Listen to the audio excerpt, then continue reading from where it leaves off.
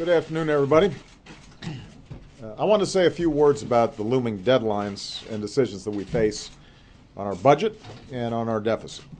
And these are decisions that will have real and lasting impacts on the strength and pace of our recovery. Economists and business leaders from across the spectrum have said that our economy is poised for progress in 2013. And we've seen signs of this progress over the last several weeks. Home prices continue to climb. Car sales that are a 5-year high.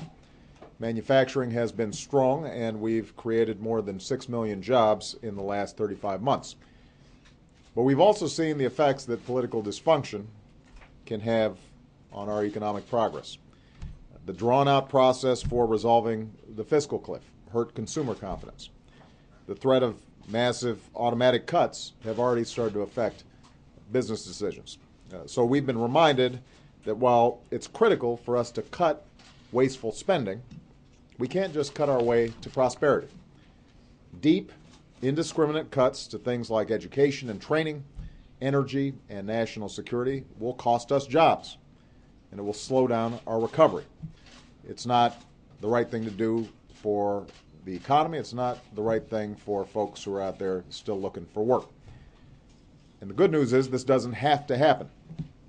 For all the drama and disagreements that we've had over the past few years, Democrats and Republicans have still been able to come together and cut the deficit by more than $2.5 trillion through a mix of spending cuts and higher rates on taxes for the wealthy.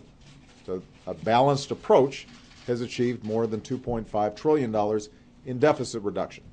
That's more than halfway towards the $4 trillion in deficit reduction that economists and elected officials from both parties believe is required to stabilize our debt. So we've made progress, and I still believe that we can finish the job with a balanced mix of spending cuts and more tax reform. The proposals that I put forward during the fiscal cliff negotiations in discussions with Speaker Boehner and others are still very much on the table.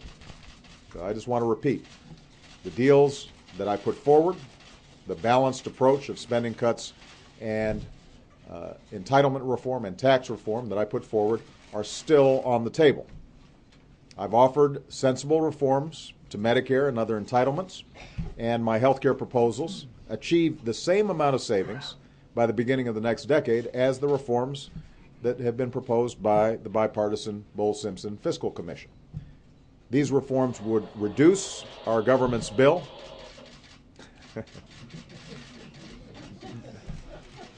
What's up, cameraman? Come on, guys. They're breaking my flow all the time. These reforms would reduce our government's bills by reducing the cost of health care, not shifting all those costs onto middle-class seniors or the working poor or children with disability, but nevertheless achieving the kinds of savings that we're looking for.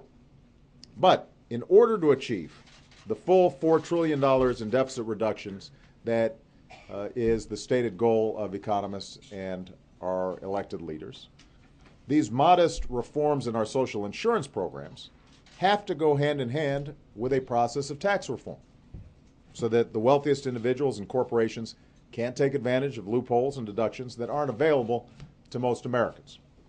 Leaders in both parties have already identified the need to get rid of these loopholes and deductions. There's no reason why we should keep them at a time when we're trying to cut down on our deficit. And if we are going to close these loopholes, then there's no reason we should use the savings that we obtain and turn around and spend that on new tax breaks for the wealthiest or for corporations. If we're serious about paying down the deficit, the savings we achieve from tax reform should be used to pay down the deficit and potentially to make our businesses more competitive. Now, I think this balanced mix of spending cuts and tax reform is the best way to finish the job of deficit reduction. The overwhelming majority of the American people, Democrats and Republicans as well as independents, have the same view. And both the House and the Senate are working towards budget proposals that I hope reflect this balanced approach. Having said that, I know that a full budget may not be finished before March 1st. And unfortunately, that's the date when a series of harmful automatic cuts to job-creating investments in defense spending, also known as the sequester, are scheduled to take effect. So, if Congress can't act immediately on a bigger package, if they can't get a bigger package done by the time the sequester is scheduled to go into effect, then I believe that they should at least pass a smaller package of spending cuts and tax reforms that would delay the economically damaging effects of the sequester for a few more months until Congress finds a way to replace these cuts with a smarter solution. There is no reason that the jobs of thousands of Americans who work in national security or education or clean energy, not to mention the growth of the entire economy, should be put in jeopardy just because folks in Washington couldn't come together to eliminate a few special interest tax loopholes or government programs that we agree need some reform. Congress is already working towards a budget that would permanently replace the sequester. At the very least, we should give them the chance to come up with this budget instead of making indiscriminate cuts now that will cost us jobs and significantly slow down our recovery. So let me just repeat, our economy right now is headed in the right direction, and it will stay that way as long as there aren't any more self-inflicted wounds coming out of Washington. So let's keep on chipping away at this problem together as Democrats and Republicans to give our workers and our businesses the support that they need to thrive in the weeks and months ahead. Thanks very much, and I know that you're going to have a whole bunch of other questions, and that's why I hired this guy, Jay Carney, to take those questions. Thank you, everybody.